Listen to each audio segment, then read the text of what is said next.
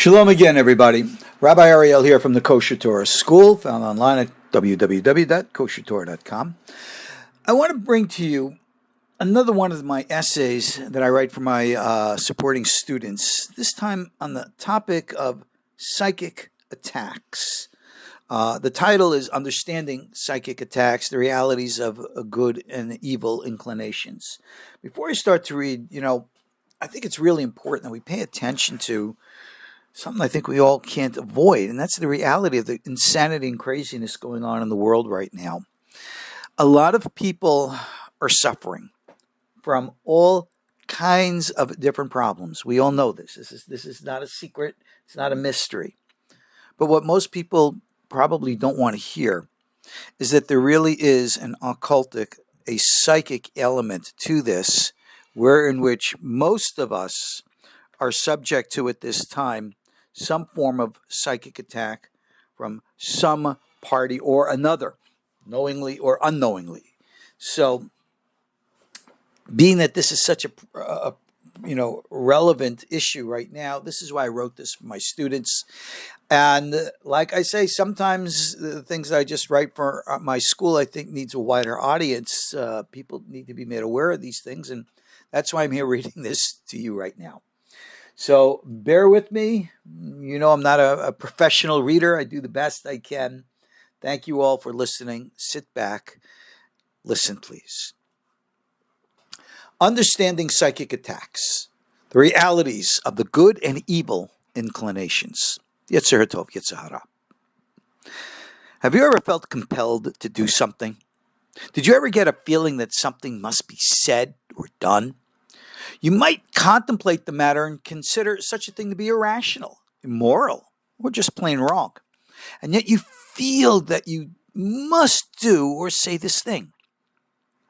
When such a compulsion comes over you, and in spite of every rational objection to the opposite, you feel that you just have to do or say this thing, this may very well be due to psychic manipulation of a malevolent kind. In other words, you may very well be an unknowing victim of psychic attack. Unfortunately, psychic attacks are a normal everyday occurrence. Most people are oblivious to the reality of them. Most people who launch psychic attacks are not even consciously aware that this is what they're doing. Most people simply consider their own personal violent emotions and vicious thoughts to be confined to the inner recesses of their minds. But this is not so. Emotionally charged human feelings and thoughts emanate out of one's mind at all times. These form one's energy signature, one's aura. These forces of negativity and malevolence radiate from one like the rays from the sun. They can have a harmful effect upon all unwitting bystanders who come in too close proximity to such a negative individual. Negative and malevolent influences can seep into one's mind through its back door, the subconscious. Although one's conscious mind is focused in different directions, one's subconscious picks up on all those thoughts and feelings that the conscious mind ignores. While the conscious mind is like a sifter that separates between what to think and feel and what not to, one's subconscious is very different. It is like a sponge, and it takes in everything unsifted. And this is how evil and corrupted thoughts and feelings can enter into an otherwise decent and good mind. Such influences enter through the back door of consciousness, the subconscious, and remain hidden and dormant until they penetrate into the conscious mind. This usually happens slowly, subtly, but sometimes this malevolent forces its way into consciousness, thus creating the above-mentioned compulsion for evil. In religious terms, this is called the Yetzer Hara, the evil inclination. This is an integral part of every human being, and yet almost no one understands the Yetzer Hara and misjudges both its autonomy and its true power. The Yetzer Hara is a natural force that just is. It exists inside and outside of every human being. In nature, it exists in its own right and in its own way as created by God.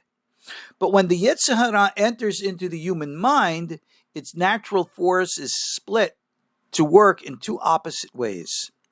In nature, the Yetzer Hara propagates the natural, the physical order of things. This force is thus given many different names in religion, philosophy, and even in science. But once this natural force enters into the human being, instead of just propagating the natural, it can twist and turn the human mind into accepting the unnatural, turning that which was once good into that which we now call evil.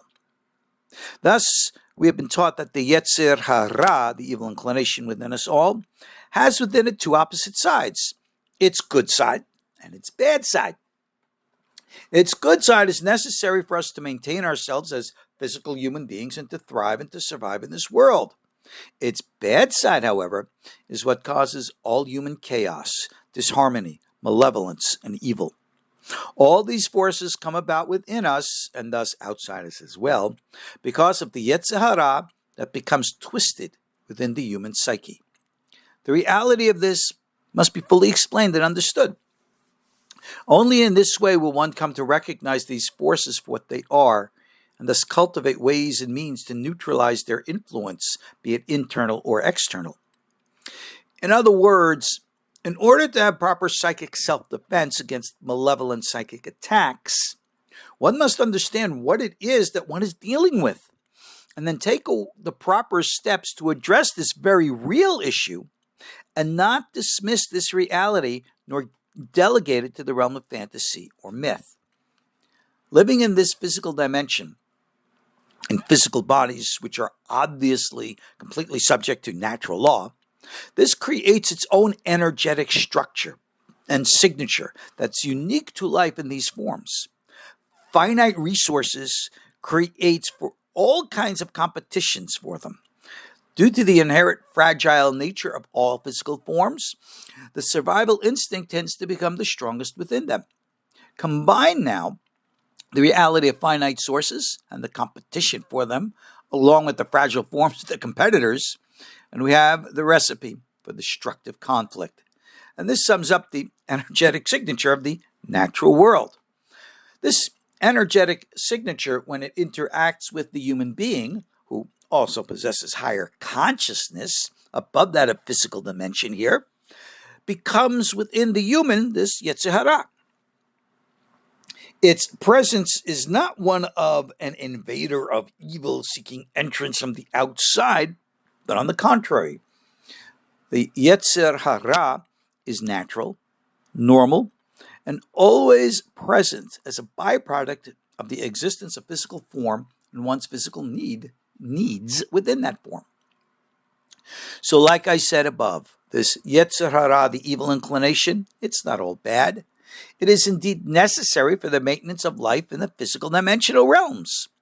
The Yetzer Hara is the energetic motivational factor underlying survival. Survival in the physical dimensional plane means to reinforce and maintain one's present state of existence. This will, by definition, mean that one will seek to strengthen one's personal security by removing all threats to one's continued existence. Now, needless to say, to others, this may very well manifest in the form of overt hostility. Hostility is most often manifest as outright physical violence.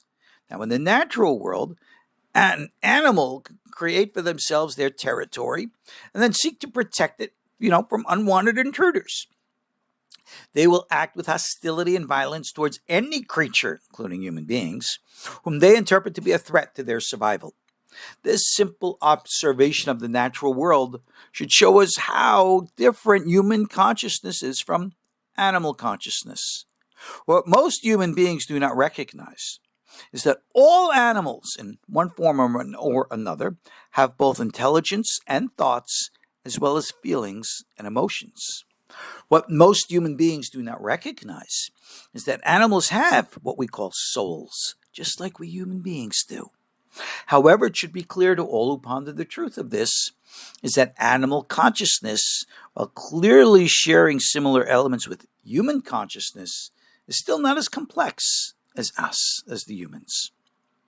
While human beings will boast of their superiority over animals, this boasting may well not be so deserved when we investigate how the natural energetic signature of this physical dimension influences both animals and humans alike. For while animals clearly have a survival instinct, and thus a very vital Yetzer Hara, evil inclination, we still cannot call this instinct as present within them, meaning within the animals, to be Ra, evil, because that's a term that only applies to human beings. For when an animal acts with hostility and violence, it does so for the sake of its survival. Whereas when human beings act with hostility and violence, even though its energetic source is in the survival instinct, still human beings act with intentional maliciousness that's not seen amongst the animals. Yes, human beings are more complex in that the Yetzer for survival in them takes on new and different manifestations from those of animals. And these more complex manifestations of the Yetzer make it Ra, evil, within every context of the word. Human beings use their superior intellect in ruthless ways, the likes of which does not exist amongst animals. When human beings boast themselves superior to animals, it's only in the realm of certain intelligence that such a boast can be applied. And this boast most certainly cannot be made in other areas of consciousness and the realms of feelings associated with them. Animals, due to their greater reliance on the natural world that permeates their consciousness, has the Yetzer Hara develop in them in ways that focuses exclusively upon their immediate concerns. Without expanded human consciousness, animals do not use the Yetzer in ways that will allow it to manifest as Ra, evil, in the same ways we see it in human beings. On the other hand, human beings, because they possess superior intellect, discover that this superior intellect equally falls under the influences of the natural energetic forces of the physical dimension. And, if left unchecked, human superior intellect, subject to the influence of the natural Yetzer Hara forces, will extract from the Yetzer every conceivable expression of Ra, evil, that the superior intellect can imagine. Human intellect, therefore, must not be given free rein all the while that it is subject to physical dimensional influences, and thus to extremes and perversions that such an influence can cause in the unchecked human mind. The human mind in its present state is at a level of consciousness described with the biblical metaphor as the tree of knowledge, good and evil. For as humanity embraces a consciousness higher than that of animals, so too are man's internal and inherent energetic influences a mixture of both animal and human. In religious literature, animal instincts were given the name Yetzer Hara, the evil inclination, and thus defined as evil. But why? Because from the point of view of human consciousness, which is now the Yetzer HaTov, the good inclination, any influence towards those natural behaviors which human beings share with animals is not considered to be human, and thus is bad for humanity and thus evil. I've already mentioned the folly of this line of thinking. The same religious writers eventually developed the concepts of what we call the good side of the evil inclination, the Tzad HaTov, the Yetzer Hara. For without one's embrace of the fundamentals of survival, human beings will not survive, not as human beings or as nothing else either. And so human beings are composite creatures. This Yetzer HaTov, good inclination, is what defines human-level consciousness. The Torah states that God breathed into man the spirit of life. This metaphor is used to reference human consciousness entering into the human animal, awakening within it the higher consciousness which the Torah calls Adam, man, human. What exactly this metaphorical description means, we cannot say. Being that this biblical description is clearly metaphorical, To digress to discuss the details of the narrative and to make inquiries based upon it's not necessary for us to do at this time. Let's just conclude and say that human consciousness is a reflection of the divine. It's the image of God within us. Now, let us examine what this has meant in the minds of many. Human consciousness, a reflection of the divine, is the image of God within us. Therefore, it is called the Yetzer HaTov, the good inclination. And its opposite is the animal consciousness, which is shared by all other living creatures. Therefore, it is called the Yetzer HaRa, the evil inclination. And we have defined for us the foundations of what we define to be both good and evil. From our human point of view, we have come to distinguish between the two and to see them, good and evil, as polar opposites. In our human consciousness, we therefore look out at the world and define everything within the context of either being good or evil, and we associate with these concepts the moral values of right and wrong. However, in light of our understanding, to define the natural energetic forces that manifest the survival instinct common to all physical life forms as being animalistic and thus evil is fundamentally flawed. This flaw in understanding nature is a byproduct of what the Torah calls eating the forbidden fruit from the tree of knowledge, good and evil. For although humanity has achieved human consciousness, it still has not been able to fully assimilate it. Due to the presence of the natural survival-based instincts within the psyche, human beings often use human-grade intelligence to act in animal-like manners. This again is what we call evil and wrong. It's a manifestation of the Yetzer Hara. And thus the inner human battle between one's higher aspirations and one's natural animal tendencies have become to proverbially battle the good versus evil. This battle that goes on inside every human psyche, it's a projection that we project throughout the entire world. The natural survival instincts, as they manifest within the human animal with dawning human consciousness, are only considered evil and possibly wrong from the limited perspective of the human mind. In reality, such natural instincts are no such thing. Natural survival instincts are as natural and normal within human consciousness as they are within animal consciousness. The only difference between the two is that human beings are supposed to understand the natural instincts at a deeper level, and that human consciousness endows the human with the ability to curtail or limit one's expression of natural instincts based upon the boundaries and parameters of human society that have developed as an expression of human consciousness. Human society is defined by its rules and regulations that seek to manifest from its citizens the best of human behaviors, and at the same time to prohibit the worst of them. This is why we create laws for ourselves to live by. Mind you, one will notice the almost total absence of such laws amongst animals. Now, animals too have their own social, societal laws by which they live, but their laws are not written down or subject to change based on the temporary whim, as with human beings. Just as there are natural laws and societal laws that govern both the domains of animals and humans, so too are there natural laws and societal laws that govern other domains of consciousness and the beings that live in those other realms of consciousness. The Torah makes clear that human consciousness came into humanity from a higher source, which we call the image of God. Thus, we learn that human consciousness has within it a blueprint, an ingrained pattern to develop in accordance with a higher model.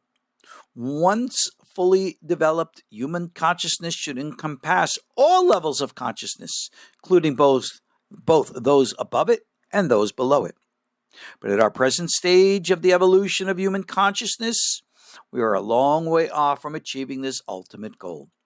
And in the meantime, human consciousness fluctuates between being almost entirely animalistic to being almost entirely angelic. Sometimes these two states can, and do, exist simultaneously side by side within the individual. When this occurs, psychic activity becomes manifest. And when there is psychic activity, psychic attacks are also possible. A psychic attack is when one projects one's thoughts and feelings upon another with negative, harmful, and malicious intent.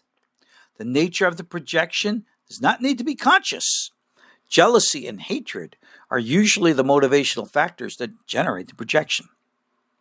Mere abstract thought alone does not project very well.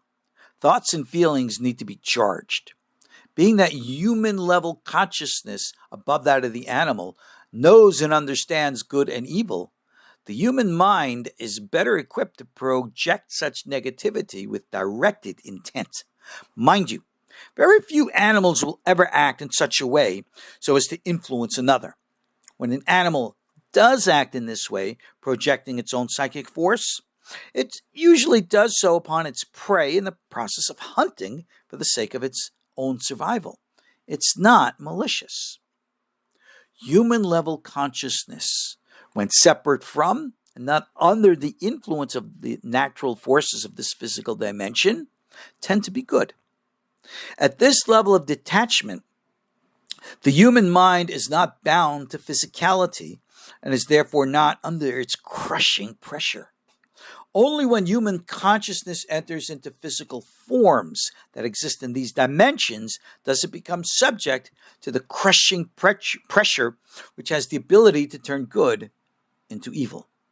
The biblical story of the prohibition of eating the fruit from the tree of knowledge of good and evil emphasizes the point that human consciousness, symbolized by Adam, was incapable of embracing the pressures of physicality prior to the eating of the fruit from the tree of life.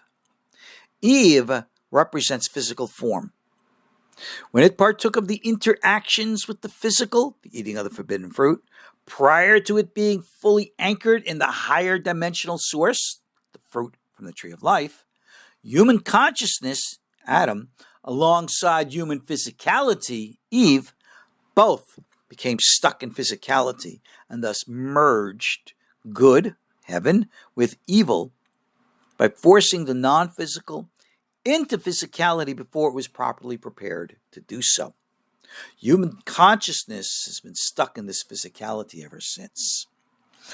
And so, the original united singular human consciousness of Adam fragmented and became the many shattered souls of present-day humanity. It is our present collective task to reunite all the shattered pieces of the collective Adamic soul in order to restore our original collective state. Once this is achieved, humanity will be able to evolve into the fullness of human consciousness, uniting within itself all realms of consciousness, both below and above. This process of reintegration in the Kabbalah is called tikkun, repair. Herein lies the secret of how one successfully repels psychic attacks of any nature, be they consciously or unconsciously projected. Positivity has the canceling and neutralizing effect to nullify negative, harmful, and malicious projections of psychic energy. Remember this. Psychic energy in and of itself is not positive or negative. It is a simple life force energy that permeates everything, everywhere.